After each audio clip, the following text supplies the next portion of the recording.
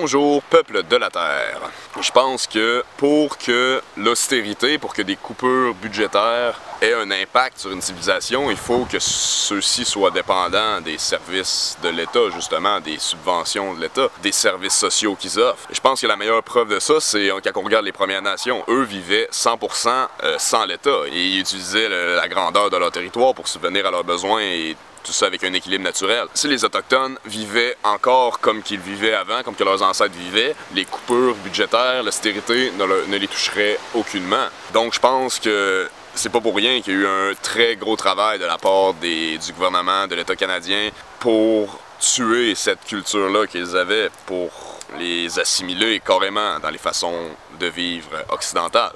Et l'État, en privant ces nations-là de leurs territoires ancestraux, en les enfermant dans des réserves, c'est une colonisation complètement illégale. En adhérant à ça, nous sommes aussi des colonisateurs. Je ne sais pas si vous savez, mais la façon que l'État a de se faire pardonner des Premières Nations, c'est toujours de leur donner de l'argent. Mais l'argent compensera jamais le tort qu'ils ont fait. Je pense que la meilleure façon de se faire pardonner, de leur rendre honneur et de vraiment prouver que nous sommes tous et toutes humains et humaines, ce serait de vivre comme ils vivaient. Pas exactement comme ils vivaient, mais au moins de s'inspirer de ça, de vivre en harmonie avec la nature sans la détruire. Les Premières Nations pensent qu'on ne peut pas posséder la Terre, on en fait partie. Je pense qu'on devrait tous et toutes penser comme ça, et bien sûr, si les Premières Nations sont d'accord, je pense qu'une solution, ça serait de déclarer faire partie de ces terres-là, de ces terres colonisées. Et j'entends certains déjà me dire, ben non, voyons, les Amérindiens voudront jamais qu'on vive dans leur terre ancestrale. Ben on le fait déjà et on l'exploite à grande échelle. Donc je veux dire, si une partie du peuple se dit faire partie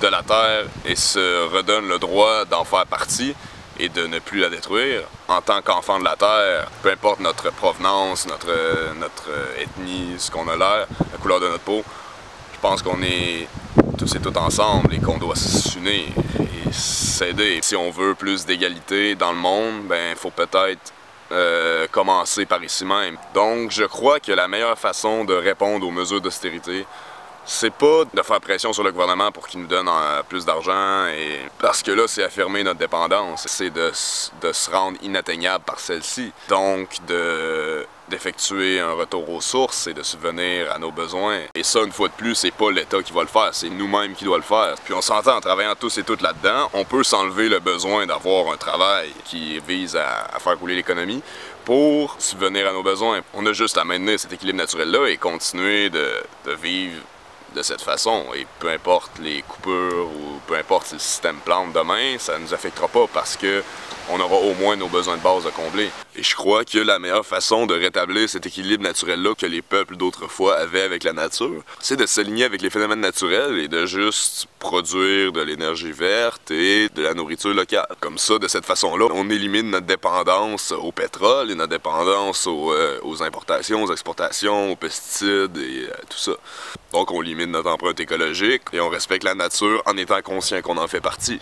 Donc, ce que je pensais faire pour pouvoir appliquer ces changements le plus vite possible, ce serait de créer un nouvel organisme international qui s'appelle Free People, dont le but serait d'apporter l'indépendance alimentaire et énergétique partout dans le monde, là où le besoin est le plus urgent. Et comme je le disais plus tôt, je crois que le mieux ce serait de commencer par ici même, parce qu'il y a beaucoup de peuples, surtout dans le Grand Nord québécois, qui dépendent des importations en avion. C'est la seule façon qu'ils ont d'avoir de la nourriture. Ces peuples-là recevaient des subventions des gouvernements, justement. Et le gouvernement Harper a décidé de couper dans ces services-là. Donc je crois que c'est notre devoir de régler ce problème-là. Bien sûr, si ces peuples-là sont d'accord, ce que je souhaite par-dessus tout, parce que ça vise à nous libérer et rétablir l'équilibre qu'il y avait autrefois. Et je crois que cette indépendance-là pourrait vraiment se faire en dehors des réserves, pourrait se faire sur la grandeur du territoire ancestral de leur choix.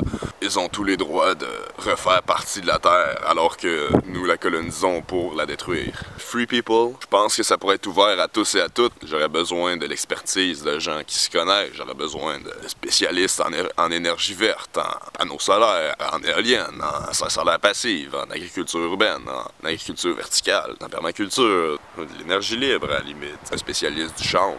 Moi, j'en suis moi-même un, mais théorique, pas pratique. Je pense qu'on peut encore profiter du système tant qu'il est encore là. Donc, je pense que je vais partir une levée de fonds parce que je me dis que de toute façon, il y a tellement de choses qui sont dépensées dans le reste, dans le superflu, dans l'inutile. Une question de priorité grâce selon les Nations Unies, pour que la misère et la faim dans le monde soient enfin finis. Faudrait juste qu'une infime partie de la fortune soit investie, soit environ la moitié de ce qu'on a mis des jeux de Sochi. Et aussitôt que l'argent rentre, moi je suis prêt à aller au premier village qui voudra bien accueillir ce projet-là. Ce que je verrais, c'est que ça serait international et qu'il y a des projets un peu partout qui verraient jour. Par exemple, au Burundi, au Congo, en Somalie. Je crois que si on peut apporter du pétrole d'une mer à l'autre, on peut emporter de l'eau. Justement, je parlais des occupes dans mon autre vidéo, mais je crois même qu'on pourrait appliquer ces façons de faire-là pour les occupations, pour l'appel de l'Est, si les gens sont crinqués.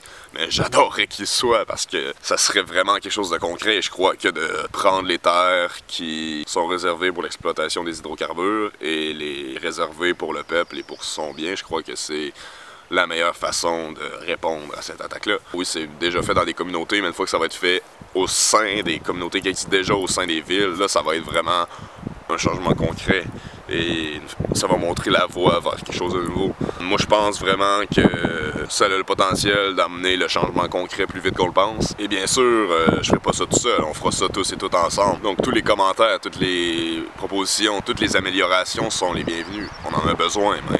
Donc, je crois que Free People n'est pas un organisme qui appartient à personne, c'est un organisme public par le peuple et pour le peuple. Donc, je vais mettre le lien du projet dans la description et vous êtes tous et toutes invités à y participer en grand nombre pour notre liberté.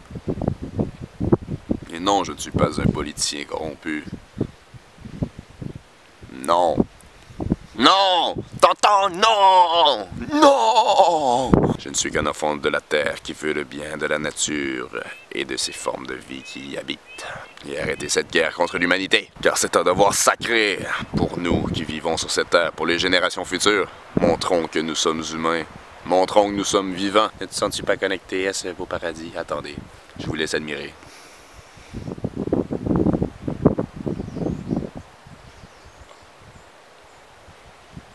Écoutez l'appel de la nature qui veut qu'on se réveille. Le vent qui souffle et qui attend juste qu'on mette des éoliennes. Les oiseaux qui nous chantent. Tu es libre. Le soleil qui nous crie. Je brille de tout feu pour faire de la bouffe et pour faire de l'énergie. Exploitez-moi. Je suis durable, une ressource durable et infinie. Exploitez-moi. Le chanvre qui essaie de pousser et qui dit arrêtez de me rendre illégal, arrêtez d'avoir peur de moi, je peux tout subvenir à vos besoins.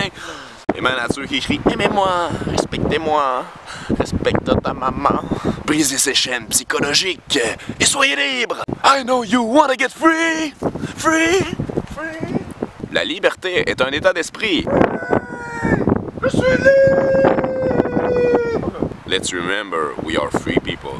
Rappelons-nous que nous sommes un peuple libre. Faut vraiment qu'on change. Tout.